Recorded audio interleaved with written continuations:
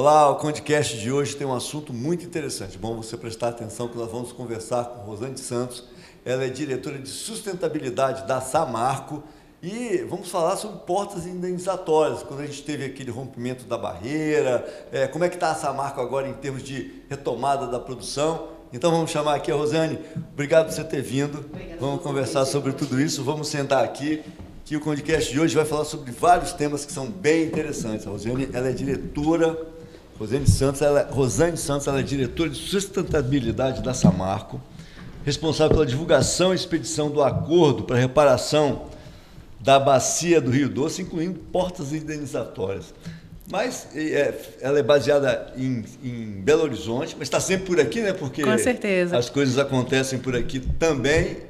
Principalmente por aqui, né, que a produção, boa parte da produção é aqui. Exato. Mas como é que está a Samarco hoje em termos de produção e em termos de retomada do crescimento da produção? Porque a gente sabe que a Samarco é um marco para a nossa região aqui, e o Brasil em termos de produção também, produção industrial. E quando ocorreu o rompimento da barragem, a gente todo mundo sofreu, né? A economia sofreu, a economia do Espírito Santo sofreu, a economia da nossa região, Guarapari e Anchieta, perderam bastante. Mas aí estamos tendo a retomada. E agora? Qual é a perspectiva e qual é a expectativa que se tem para uma retomada plena da produção dessa mineradora aqui também com a planta de Guarapari e de Anchieta? A perspectiva de retomada das operações da Samarco, ela é muito promissora e ela, na verdade, já está em andamento.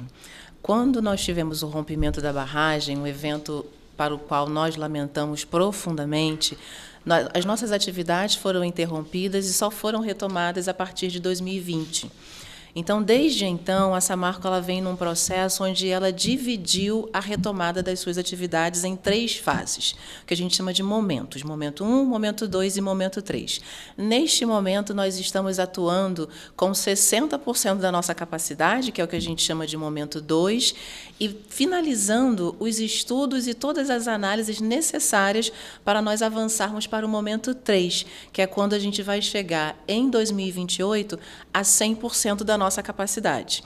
Então, a gente já percebe, eu imagino que você, junto com seus ouvintes, já consigam perceber na dinâmica das cidades uma retomada da atividade econômica, empregos que são gerados direta e indiretamente, impostos que também, né, vêm num processo subsequente dessa atividade que é retomada. Enfim, a nossa expectativa é de que tudo isso entra numa escalabilidade muito maior quando nós sairmos de 60% para 100% da nossa produção. Isso significa dizer, em termos de números, que hoje nós estamos preparados para produzir 15 milhões de toneladas de pelotas de minério de ferro por ano, e lá em 2028, essa capacidade vai ser de 26 milhões de toneladas de pelotas de minério de ferro por ano. A gente entender um pouco melhor, o que é ser diretora de sustentabilidade? É uma palavra bonita, sustentabilidade, mas o que faz, o que é o seu papel dentro da empresa hoje, assim?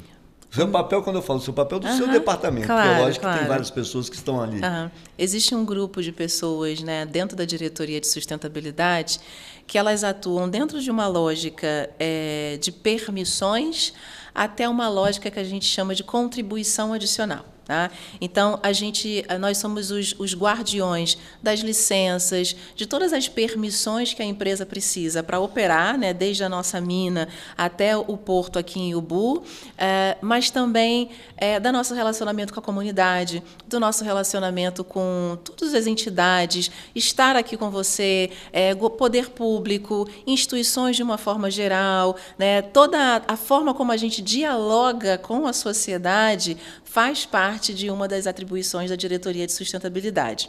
E isso tudo é feito, Conde, pensando em como é que este negócio Samarco contribui para essa comunidade, para esse entorno que está se relacionando com a gente. Alguns mais perto, outros um pouco mais distantes, mas ainda assim interessados em entender o que é a Samarco e qual é o real compromisso que ela tem. Então, por exemplo, você provavelmente já ouviu falar, né, das comunidades que estão ao redor da da nossa fábrica, das nossas usinas, Com né? certeza. Elas sofrem um impacto.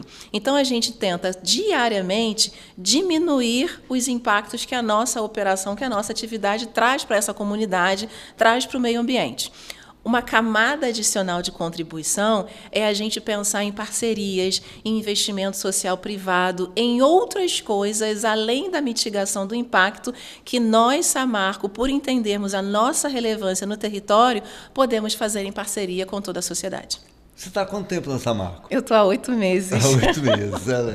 Ela é um bebê da Samarco. Sabe por que eu falar isso? Porque eu estou há mais tempo que você dentro da Samarco. Porque a gente chegou aqui na nossa região há 36 anos e a gente participou ativamente até mesmo de processos de evolução desse relacionamento com a comunidade aqui. Logo quando nós chegamos, quem é antigo lá na Samarco sabe, tivemos várias histórias juntos até. E aí a gente viu que realmente mudou muita coisa, né? O relacionamento da Samarco antes. O relacionamento era dava jogo de camisa para o time de futebol da comunidade. Né? Mas era aquilo que naquele momento era aquilo que acontecia. E a gente vê que isso mudou muito, se desenvolveu muito. A empresa mudou muito. E eu acho assim que a empresa. O business da empresa mudou radicalmente, até mesmo a postura das pessoas internamente da Samarco. E o trabalho delas mudou muito a partir do rompimento da barreira. Né? Porque aí a coisa, não é que a coisa virou de pé na cabeça, a coisa teve que ser repensada. Redesenhada, né? Redesenhada. Né? E o que nós estamos vendo hoje é justamente uma empresa diferenciada em termos de compromissos, etc. Mas também com muitos compromissos que foram gerados a partir daquela questão do rompimento da barreira, que é uma coisa que a gente queria falar aqui sobre, porque foi todo feito vários acordos que foram feitos, né, em diferentes níveis de compensação, de acertos, e agora está chegando numa fase nova, que era justamente o que a gente queria entrar nessa conversa. Né? Para explicar para as pessoas, assim, de uma forma bem simples, eu vi um vídeo seu falando, mas era muito técnico, eu achei. Mas como é que a pessoa pode entender? Por exemplo, eu fui atingido pelo rompimento da barreira da Samarco. Né? Em que níveis que as pessoas e que as entidades vão ser compensadas ou vão ser remuneradas, porque no final das contas as pessoas buscam justamente isso, né? Olha, eu tive muito prejuízo, eu fui atingido. Em que níveis que são as compensações e as remunerações a partir disso? Conde, em primeiro lugar, obrigada por você reconhecer que a Samarco volta a operar de uma forma diferente, com uma leitura e um relacionamento aprimorado com a comunidade e com aqueles que têm interesse nela, porque esse é, de fato, o nosso desejo, o nosso compromisso. Tá?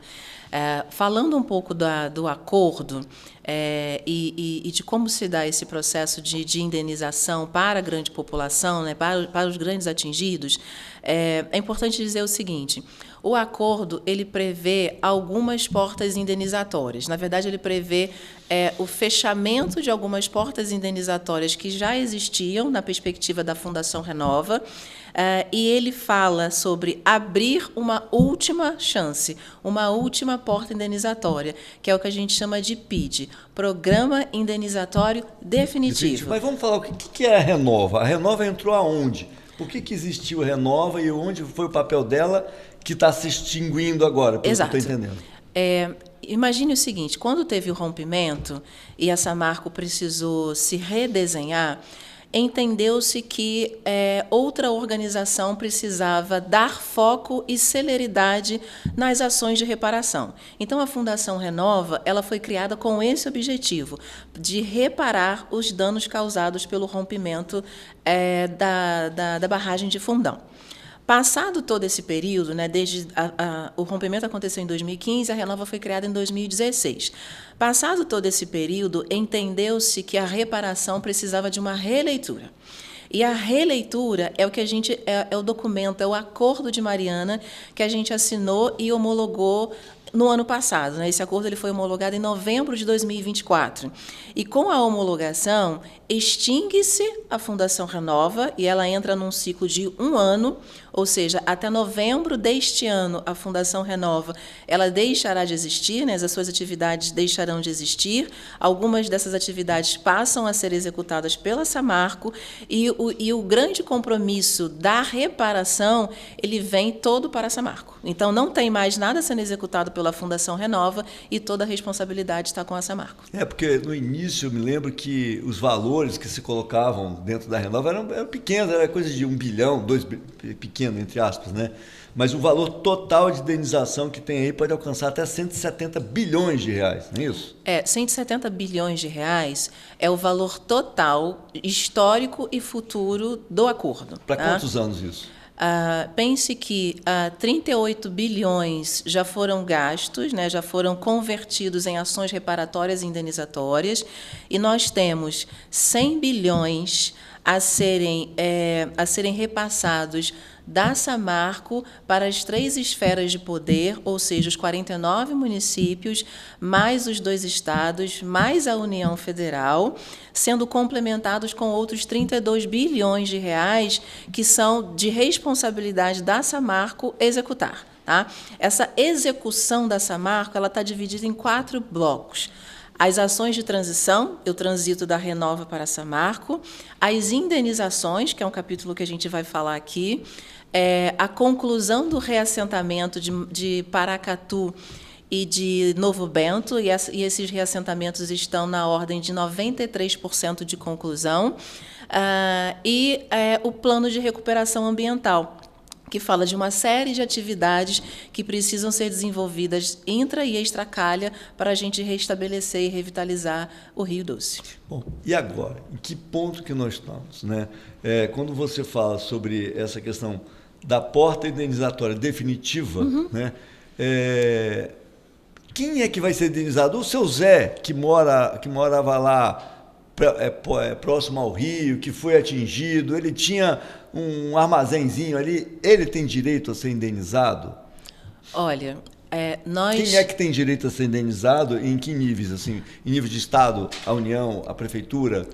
Há uma ligação entre o acordo feito, por exemplo, por uma prefeitura e por um indivíduo que mora naquele município, porque, olha só, eu moro aqui no município de Baixo Guandu, mas, não sei se isso aconteceu, mas não houve um acordo com a prefeitura, então eu estou fora do processo indenizatório? São indenizações diferentes. As prefeituras, as 49 prefeituras que eram elegíveis a receberem a sua indenização, tiveram até o dia 6 de março para se manifestarem se elas queriam aderir ou não. Agora, basicamente um mês atrás, isso aí? Exatamente.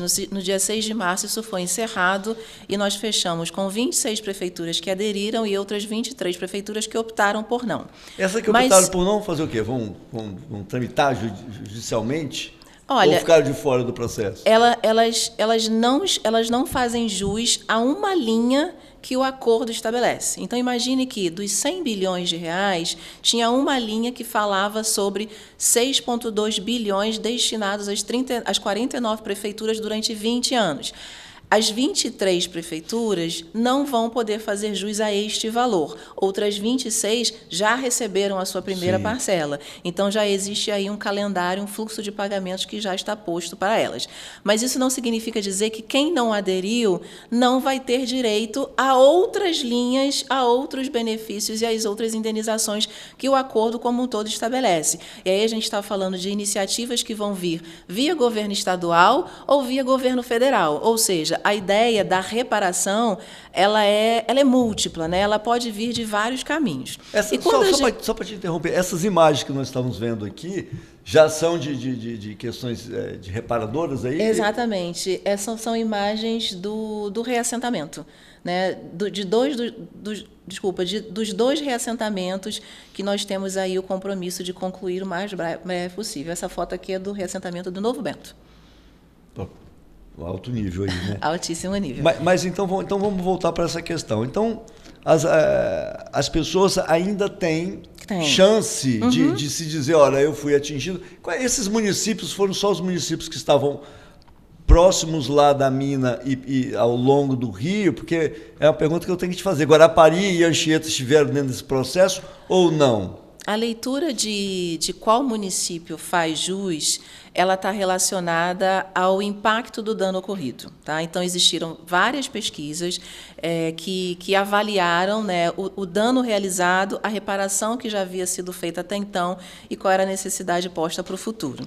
E é importante dizer, Conde, o seguinte, o acordo de reparação, o acordo de repactuação, ele é o produto de uma análise exaustiva, muito profunda, muito técnica, feita por vários organismos e validados por várias instituições de justiça. Defensoria Pública, Ministério Público, entre outras, foram signatários desse acordo que foi homologado pelo STJ. Né? Então, a gente está falando aqui de um acordo que ele é legítimo no território nacional e também no território internacional para reparar e indenizar os danos causados pelo rompimento. Tá? Mas, voltando à sua pergunta sobre as indenizações individuais, é muito importante as pessoas entenderem o seguinte: se o seu município não aderiu ao acordo, você pode avaliar se você tem direito a essa indenização definitiva. Então, procure o seu defensor público, procure o seu advogado, acesse a nossa plataforma e verifique se você tem direito. Os principais critérios, eu vou destacar aqui 2 porque existem alguns outros, tá? Os principais critérios para você acessar a plataforma são: você ter um comprovante de residência que comprove, né, que você more na região, e o segundo é você ter 16 anos à época do rompimento. Com base nessas informações, você consegue dialogar com o seu advogado, que vai te orientar em relação aos outros critérios. Esses critérios estão no nosso site, www.samarco.com/indenização. E aí você vai ver lá todo o detalhamento e vai se orientar com um pouco mais de calma. Mas uma vez comprovada a elegibilidade, ou seja, eu posso, de fato, fazer jus à indenização, ele vai seguir todo o processo que está posto, e esse processo ele é relativamente simples para receber uma indenização definitiva de R$35 mil. E isso não depende da adesão do município. É importante deixar isso muito claro. É isso que eu queria chegar, no valor, né? Bom, então o valor que está estabelecido é R$35 mil, é o teto ou é 35, nem mais nem menos? Para essa porta indenizatória é R$35 mil. Existem algumas outras que já foram abertas e encerradas. A gente abriu na semana passada, na verdade no sábado, uma porta chamada Agropesca, que fala especificamente dos danos que foram sofridos, os danos sofridos pela comunidade agro e pesqueira. E aqui a indenização tem um valor diferente, é um valor de R$95 mil. E aí é um outro processo de comprovação e de acesso à plataforma. Mas aí não tem mais acesso, você já está fechada essa porta ou ainda tem? Essa ainda tem, ela foi aberta no sábado. Mas me diga o seguinte, vou perguntar de novo uma coisa que eu já perguntei. Como é que a pessoa sabe que ela está dentro dessa área que dá direito a ser indenizada? Eu moro em Colatina, eu tenho direito? Eu moro em São Mateus, eu moro em Guarapari, assim... Porque você falou que são 40 e poucos municípios. 49 municípios no total. Você sabe quantos no Espírito Santo? Né? Olha, eu vou mencionar aqui alguns municípios onde os indivíduos atingidos têm direito ao benefício. Anchieta, Linhares, Fundão, Serra, São Mateus, Conceição da Barra, isso para falar de alguns. A relação completa está disponível no nosso site. Sim. É por isso que o comprovante de residência ele é muito importante, ele é o primeiro passo para você avaliar se você tem direito à indenização ou não. Você falou Anchieta. Anchieta não foi atingido diretamente por um dano ambiental. Qual é o dano que a pessoa precisa provar para ela ser indenizada? Senão tem 20 mil pessoas morando em Anchieta, todo mundo vai, olha... Piorou muito porque perdeu o emprego, o meu movimento no meu boteco aqui, parei de vender cachaça, vendeu menos cerveja. Como que é esse processo? Eu estou sendo bem assim, pragmático, porque eu sei que na cabeça de quem assiste, muitas vezes, opa, esse assunto me interessa. Falou que Anchieta tem direito à indenização, mas em cima de que no caso de Anchieta, que é a área de cobertura que a gente tem com a TV, é lógico que nós vamos... também pela internet em vários outros municípios, mas qual seria a comprovação que a pessoa tinha que dizer ali? Porque, olha, eu fui realmente prejudicado e eu tenho direito à indenização, já que está aberta essa porta indenizatória definitiva aí. Em relação ao PID, por ele ser definitivo e pela Samarco ter o compromisso, obviamente junto com as suas acionistas, BHP e Vale, de de indenizar ao máximo de pessoas possíveis, a comprovação ela é mais flexível, ela é mais simples. Entenda o seguinte, as outras portas indenizatórias elas eram mais específicas. Então, por exemplo, eu falei de agropesca, então eu falo para um público específico. Né? A do PID, não. A do PID, ela busca proporcionar uma indenização na lógica do território que foi atingido direto ou indiretamente. Então, se você conseguir comprovar que você reside nessa região e que você tinha 16 anos à época do rompimento, você atende a 2 dos critérios de avaliação para a elegibilidade, porque isso fala muito do nosso compromisso no momento e com o acordo, sabe? Que é de indenizar ao máximo das pessoas possíveis para que a gente consiga fazer uma reparação que seja definitiva. Agora, e essa porta definitiva fica aberta até quando? Ela fica aberta até o dia 26 de maio de 2025. Então, a gente tem aí um mês praticamente, né, para poder, um mês e meio, para poder chegar lá. E qual é a perspectiva das pessoas que se cadastram ali, sabendo se elas vão ser beneficiadas ou não, se elas vão ser acatadas? Porque não quer dizer que você vai botar seu nomezinho lá, digitar, e no dia seguinte o dinheiro vai cair na sua conta. É lógico que vai ter que tem todo um processo de avaliação, né, em cima dos parâmetros que foram estabelecidos. Quanto tempo, a partir do momento que fechar, em 25 de maio, não é isso? 26 de maio. 26 de maio, quanto tempo até que se tenha essa definição de quem realmente faz jus à indenização? Tem um prazo ou não tem um prazo? É importante entender o seguinte, a adesão ao PID, ela é concluída, ela é efetivada, uma vez que se preencham todos os critérios de adesão. Então, significa dizer o seguinte, que quem já comprovou, quem conseguiu comprovar a elegibilidade no PID, não necessariamente vai esperar até o dia 26 de maio para receber a sua indenização. Pode ser, automático assim? É tão rápido assim? Ele não é automático, mas ele é contínuo. Sim. Entendeu? Eu não estanco um grupo, né, ou todas as pessoas passíveis e possíveis de serem indenizadas para que apenas em 26 de maio eu efetue o pagamento. Nós, na verdade, já estamos efetuando o pagamento do PID. Então, o nosso desejo, o nosso convite, eu vou mais uma vez te agradecer e utilizar aqui o seu canal, é convidar as pessoas para que elas acessem a plataforma e avaliem se são elegíveis ou não, porque elas vão conseguir concluir o processo de adesão e se tornarem aptas ao recebimento dessa indenização. É elegível só quem é pessoa física ou pessoa jurídica também pode? Pessoa jurídica também pode. Em termos de público, a gente está falando tanto de pessoa física quanto de pessoa jurídica, e os critérios, apesar de existir uma lista, eles são mais simples do que das outras portas, porque ela não é uma porta específica, ela é uma porta com objetividade. O objetivo é a definitividade. Então, quanto mais pessoas atenderem a esse critério e acessarem essa plataforma, vai cumprir o nosso objetivo. Agora, eu fico vendo aqui, estou acompanhando sua fala, assim, aí fico pensando a sua posição como diretor de sustentabilidade. Você pegou um pepino danado, hein? Porque não é só a questão, toda essa questão da barragem que rompeu e que vem causando todos esses reflexos até hoje. São 10 anos que nós temos desde que aconteceu, não é isso? Vai fazer 10 anos em novembro. E a gente sabe que isso ainda vai levar 20 anos para frente para que tudo chegue a um ponto, né? Porque a previsão de indenização é praticamente isso aí, chegar a 100 e tantos bilhões de reais.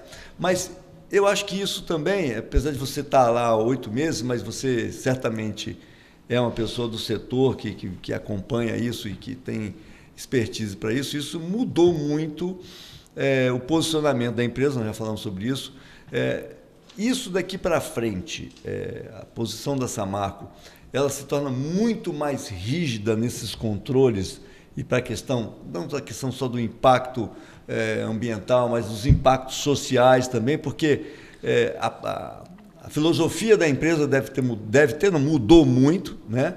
E daqui para frente, assim, o que você prevê em termos de acompanhamento, em termos saindo dessa parte indenizatória, falando da parte operacional mesmo da empresa, né? Desses relacionamentos com as comunidades, o que muda e qual é o caminho que a gente pode esperar daqui para frente com a Samarco dentro desse novo momento. Porque a gente está vendo que a planta física, a planta industrial, ela continua praticamente a mesma. É lógico que a gente sabe que várias questões de controle da produção, de impactos que se colocam, foram modificados e vão ter que ser muito mais específicos. Mas, dentro da sua diretoria, qual é o grande desafio que você enfrenta agora, tirando a parte dos impactos das indenizações e do rompimento? Qual é o grande desafio que tem? Olha... Ela chegou a suspirar. Existem vários desafios, né, que estão postos, não apenas para a diretoria, mas para a Samarco como um todo. Voltar a operar depois de um rompimento dessa relevância, na minha opinião, demanda, sobretudo, muita coragem, né? Então, eu vejo a empresa corajosa, eu vejo uma empresa comprometida em fazer diferente e vejo uma empresa que está entendendo a sua responsabilidade em todo esse processo.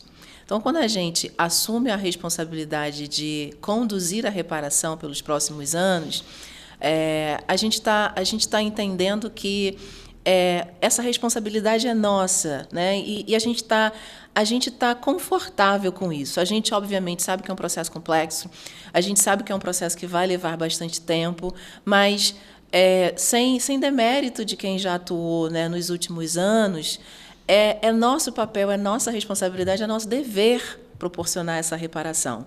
Então, tem uma empresa muito consciente do dano que ela causou, e também muito consciente da necessidade de fazer diferente, né? Então, por exemplo, em toda essa remodelagem, né, que você está conseguindo perceber, a gente está atualizando as máquinas, né, atualizando as nossas usinas, fazendo vários aportes de tecnologias novas.